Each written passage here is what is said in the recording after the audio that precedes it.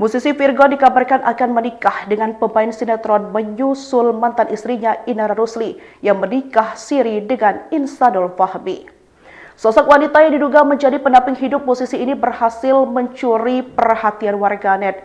Kabar ini pun semakin heboh karena munculnya jadwal dugaan pernikahan mereka, yakni di awal tahun, memicu spekulasi dan antusias para penggemar.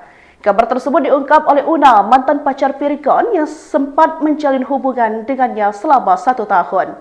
Kata Una, ia sempat melihat kode-kode pernikahan dari Virgon dan sang kekasih.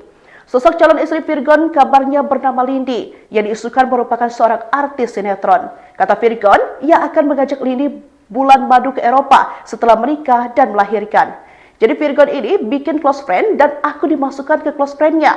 Terus captionnya ini foto dia sama Lindi. Dia bilang kayaknya nanti kita honeymoon ke Eropa setelah kamu habis lahiran. Bukas Una. Dilansir dari tayangan di YouTube Rabu 11 Februari 2026.